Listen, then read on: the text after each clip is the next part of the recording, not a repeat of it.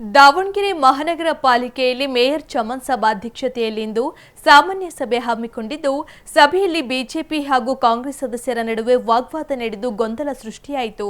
ಪಾಲಿಕೆ ಸಾಮಾನ್ಯ ಸಭೆಯಲ್ಲಿ ಕಾಂಗ್ರೆಸ್ ಸದಸ್ಯರು ವಿವಿಧ ಕಾಮಗಾರಿಗಳ ಬಗ್ಗೆ ಪ್ರಸ್ತಾಪ ಮಾಡಿದ್ದು, ಶಿವಪ್ಪಯ್ಯ ವೃತ್ತವನ್ನು ಜರ್ಮನ್ ಮಾದರಿಯಲ್ಲಿ ಅಭಿವೃದ್ಧಿ ಮಾಡುವ ಕುರಿತು ಚರ್ಚೆ ನಡೆಯುತ್ತಿರುವಾಗ ಬಿಜೆಪಿ ಸದಸ್ಯ ಪ್ರಸನ್ನ ಕುಮಾರ್ ಜರ್ಮನ್ ಮಾದರಿ ಅಂತ ಹೇಳಿ ಯಾವುದೋ ಚರಂಡಿ ಮೇಲೆ ಹಾಕಿದ ಕಲ್ಲು ತಂದು ಜರ್ಮನ್ ಮಾದರಿ ಅಂತ ಹೇಳ್ತಿದ್ದಾರೆ ಎಂದು ಟೀಕೆ ಮಾಡಿದರು.